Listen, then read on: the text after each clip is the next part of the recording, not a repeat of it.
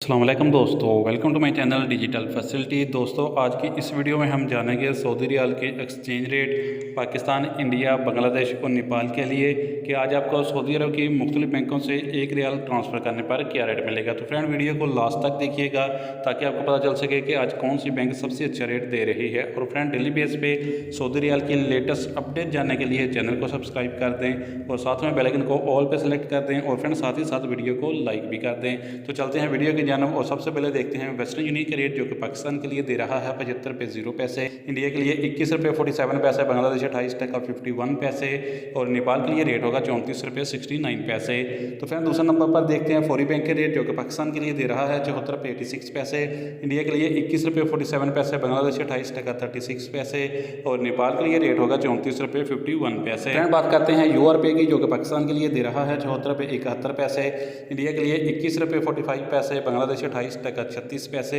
और नेपाल के लिए रेट होगा 34 रुपये 66 पैसे। तो फ्रेंड, बात करते हैं टेलीमनी की, जो कि पाकिस्तान के लिए दे रहा है 74 रुपये 56 पैसे, इंडिया के लिए 21 रुपये 48 पैसे, बांग्लादेश 28 टका 43 पैसे और नेपाल के लिए रेट होगा 34 रुपये 53 पैसे।